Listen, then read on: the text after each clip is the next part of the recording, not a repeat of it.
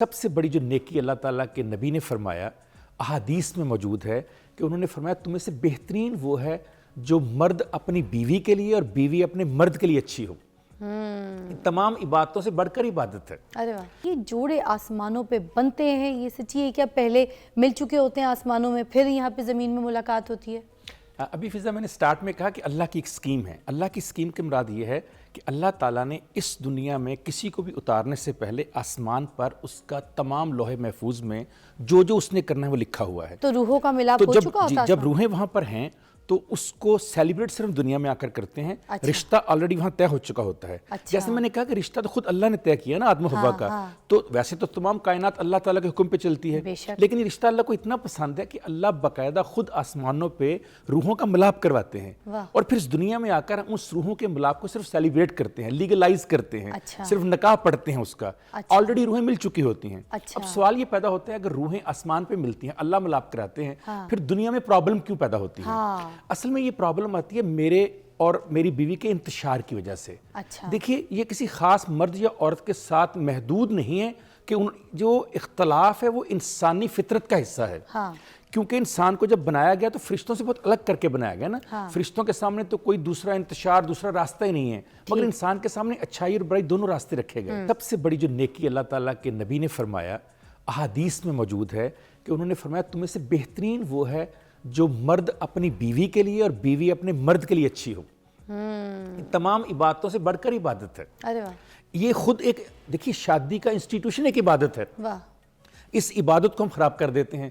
تیسری چیز تو قرآن میں اللہ نے فرمائی کہ میں نے کیوں اس کو پیدا کیا، اللہ نے کہا رحمت کے لیے۔ رحمت سے مراد یہ ہے کہ میں اپنی بیوی کے لیے اور بیوی میرے لیے رحمت ہو، یعنی میں دنیا جہان سے تھک کے چور ہو کے پریشان ہو کے دکھی ہو کے انگزائٹی ڈپریشن پریشان جیب خالی میں گھر جاؤں تو مجھے وہ دامن ملے جو رحمت کی امید جس سے مجھے ملے۔ مجھے تو لگتا ہے اس ٹاپک پہ روز بھی بات کریں تو کم ہے، کیونکہ جس طرح سے گھر میں مسائل ہیں، جس طرح سے گھروں میں جھگڑے آگ و گولا ہے، رشتے خراب ہو رہے ہیں، اس میں مجھے لگتا ہے اگر کوئی ایسے لوگ جو بہت سمجھدار ہیں، جن کی بات کو آپ سمجھتے ہیں یا جن کو سمجھانا آتا ہے، تو ان کی طرف سے بڑی رہنمائی ہوتی ہے۔ اور ایسی باتیں کرنے سے بھی نا، کیونکہ جو سوشل میڈیا ہے جس طرح کی آپ نے دیکھا ہوگا چھوٹی چھوٹی بات کو بھی نہ لے کے تو بہت زیادہ بندے کو ایسی آگ بکالا کر دیتا ہے، تو ہم اگر ایسے شوز کریں، ایسے کانٹینٹ پہ بات کریں تو بہت سے لوگوں کے گھر بچ سکتے ہیں، بہت سے لوگوں کو دماغ پلٹ سکتے ہیں، لوگوں کے ذہن چینج ہو سکتے ہیں۔ اس لیے آج ہم نے بلایا پروفیسر ڈاکٹر کاشف فراز صاحب کو، جو کہ سائیکالوجسٹ ہیں، کسی تعارف کے محتاج نہیں ہے، بات میں بڑا وزن ہوتا ہے اور بڑی سوچ کے ساتھ اور بڑی ریسرچ کے ساتھ جو ہے نا اپنے تجربے کے ساتھ وہ بات آپ کو سمجھاتے ہیں اور بات کرتے ہیں۔ ہم بات کریں گے کامیاب شادی کا راز کیا ہوتا ہے۔ السلام علیکم۔ وعلیکم السلام۔ کیسی طبیعت؟ میں بالکل ٹھیک ٹھاک ہوں جی۔ کیا ہوتا ہے کامیاب شادی کا راز، بتائیے ذرا۔ شادی سے پہلے ہم نکاح کی بات کرتے ہیں، جو بنیادی طور پر اسلام کا تصور ہے۔ نکاح کیا ہے؟ جو ڈیفینیشن میں آج آپ کو بتانے جا رہا ہوں آپ نے آج تک نہیں سنی ہوگی۔ جی۔ اللہ تعالیٰ نے کائنات کو چلانے کے لیے ایک سکیم رکھی ہوئی ہے، ایک فنکشن اللہ تعالیٰ کے ذہن میں۔ اللہ کی اس سکیم میں لوگوں کی شرکت کا نام نکاح ہے۔ جس دن اللہ کی اس سکیم میں انتشار آ جائے جو کہ میاں یا بیوی کی طرف سے آتا ہے تو اللہ کی سکیم اس دنیا میں انتشار کی وجہ سے خراب ہو جاتی ہے۔ تو کامیاب شادی کا مطلب یہ ہے کہ اللہ کی اس سکیم کو ایکسیپٹ کرنا، اس کو ماننا، اس میں شرکت کرنا اور اس شرکت کے تحت بہترین زندگی گزارنا، اس کا نام ہے شادی، اس کا نام ہے نکاح۔ کیا بات ہے۔ اب جو آپ نے سوال کیا کہ یہ کیا چیز ہے، کائنات کا پہلا رشتہ جو خود اللہ تعالیٰ نے قائم کیا وہ میاں بیوی کا رشتہ ہے، وہ آدم اور حوا کا رشتہ ہے۔ اس سے پہلے کائنات میں کوئی اور رشتہ ہی نہیں تھا۔ تو اس کا مطلب یہ ہوا کہ یہ رشتہ اللہ تعالیٰ کو خود سب سے زیادہ پسند ہے، تبھی تو اس نے پہلا رشتہ یہ پیدا کیا۔ یہ پہلی اس کی خوبی۔ دوسری خوبی یہ دنیا کا واحد غیر خونی رشتہ ہے جو خونی رشتوں کو جنم دیتا ہے۔ دنیا کا کوئی رشتہ ایسا نہیں جو اس غیر خونی رشتے کے بغیر خونی بن سکے۔ وہ ماں ہے، باپ ہے، پھپھو ہے، خالہ ہے، ماسی ہے، چچا ہے، تایا ہے، دادا ہے، نانی ہے، نانا ہے، کوئی بھی رشتہ ہے، بیٹا ہے، بیٹی ہے، وہ اس غیر خونی رشتے کی مرہون منت ہے۔ نمبر 3، اللہ تعالیٰ نے قرآن مجید میں جگہ جگہ آپ دیکھیں سورہ روم میں آیت نمبر 21 میں، سورہ اعراف میں آیت نمبر 189 میں، سورہ آل عمران میں آیت نمبر 159 میں، سورہ بقرہ میں اللہ تعالیٰ نے 4، 5، 6 جگہ یہ کہا ہے کہ میں نے تمہاری ہی جنس میں سے، تم میں سے ہی تمہارے لیے عورت کو پیدا کیا۔ اس کا مطلب یہ ہوا کہ جب ہم یہ کہتے ہیں کہ مرد اور عورت گاڑی کے 2 پہیے ہیں تو اس بات پہ مجھے اختلاف ہے. مرد اور عورت گاڑی کا ایک ہی پہیہ ہے, وہ دونوں ایک سائیڈ پر ہیں کیونکہ ایک ہی جنس سے پیدا کیا گیا ہے. تو اللہ تعالیٰ نے دونوں کو برابر پیدا کیا, اسی لیے تو اللہ نے ان کا رشتہ برابر کا بنایا. تو نکاح یا شادی یا کامیابی دراصل یہ ہے کہ اللہ تعالیٰ کی اس سکیم کے مطابق چلنا جو اس کے ذہن میں تھی بناتے وقت. تو کامیاب شادی یہ ہے کہ جب آپ نے قول و فعل آپ کا آ گیا دوسرے کے ساتھ, پلیج کر دیا آپ نے, اب آپ نے آخری سانس تک اس کو کس طریقے سے لے کر چلنا ہے. کاشف صاحب تھوڑی سی اور گہرائی پہ جا کے بات کریں گے, یہ جو ہم مگر بریک بھی امپورٹنٹ ہے, بڑا زبردست سوال ہے, میں نے آپ نے سننا ہے اور مجھے پتا ہے کیا جواب آئے گا آپ کی طرف سے, مگر بریک کے بعد ہم پوچھیں گے جوڑے جو آسمانوں میں بنتے ہیں نا اس کے بارے میں, کیا حقیقت ہے, کیا سچائی ہے, اور کس طریقے سے جو یہ دو لوگوں کا ملاپ ہوتا ہے اس دنیا میں, یہ کیا ہے کامیاب شادی کا راز, ہم آج اس کے اوپر بات کر رہے ہیں.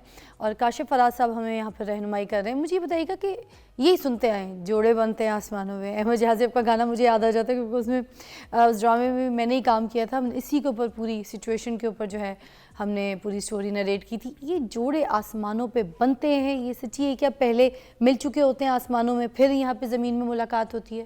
ابھی فضا میں نے سٹارٹ میں کہا کہ اللہ کی ایک سکیم ہے. اللہ کی سکیم کی مراد یہ ہے کہ اللہ تعالیٰ نے اس دنیا میں کسی کو بھی اتارنے سے پہلے آسمان پر اس کا تمام لوح محفوظ میں جو اس نے کرنا ہے وہ لکھا ہوا ہے. تو روحوں کا ملاپ ہو چکا ہوتا ہے جب روحیں وہاں پر ہیں تو اس کو سیلیبریٹ صرف دنیا میں آ کر کرتے ہیں.